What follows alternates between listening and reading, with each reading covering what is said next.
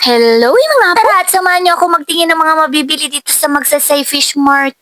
Isa nga itong kilalang palengke ng isda dito sa Rehiyon. Matatagpuan nga ito dito sa Magsaysay Street, Dagupan, Pangasinan. Dito lang yan sa tapat ng CSI Square. Pagpasok mo pa lang ay ang dami mo na agad pwedeng mabili. Siyempre dahil fish market nga ito, ay madami kang pwedeng mabiling iba't ibang uri ng isda na galing sa iba't ibang lugar. Dito muna tayo sa mga wet fishes, mga apo. Kita mo naman kahit saan ka tumingin ay ang daming planggana at batsa na punong-puno ng mga isda.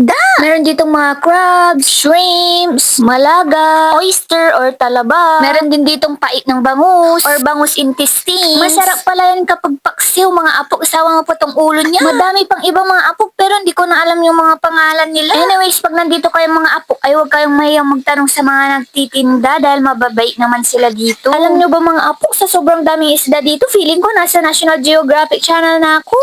Ano ba naman kasi parang makikita mo na dito lahat ng mga uri ng isda sa dagat. Kaliwat kanan kahit saan may isda. Siyempre kaya nga fish market, di ba?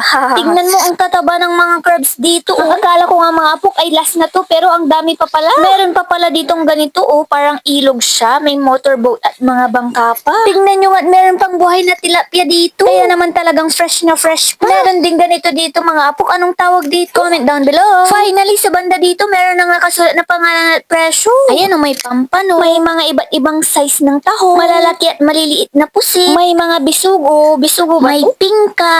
Pingka yung tawag sa amin sa ganyan. Tas ito hindi ko na alam kung ano na naman ulit. Meron ulit mga crablets, sugpo, crabs, at kung ano-ano pang seafoods. Ang sarap siguro seafood bowl nito. May nakita din ako ditong maliliit na isda yung ginagawang agaman. Meron din ditong hasa-hasa, alimasa, tangjiji, at syempre ang ating famous bangus dagupan. Hindi mawawala yan, syempre ang dagupan nga ang ating bangus capital. Ang sarap mamili dito mga apo dahil kumpleto na. Parang all-in-one market na to. Ang dami kong nakitang mga isdang di ko pa nakita sa buong buhay ko. Masarap din to mga apok ORRC. Madami din pala ditong nagbebenta ng mga chili oil, bagoong at alamang mga apok. Madami ding mga crab paste at mga bangus delicacies. May mga stalls pa pala dito sa kabilang banda mga apok. Dito na ako dadaan pa exit. Kita nyo yan, di ko na kailangan dumayo pa ng ibang lugar para mamili ng daing. Dahil marami din pala ditong dried fish. Ang saya naman. Pwede kayong bumili nitong mga nakapak muna mga apok. Kung gusto nyo para matry nyo muna. Madami na kasi yung 1 kilo nito mga apok. Or pwede pa kayong lumibot at mag-ikot-ikot dito para mahanap nyo yung pinakamura at yung mga ibang hinahanap nyo pa. Saktong-sakto to pang pasalubong. O ayan, ang dami pang mga prutas din dito. May mga puto at kakanin. May mga bilihan din dito ng gulay at pang sahog. Kita mo may mga bilihan din ng manok at baboy. Perfect talaga. Nakabalik nga ulit dito. Yun lang, sige si Rimbay Lapok.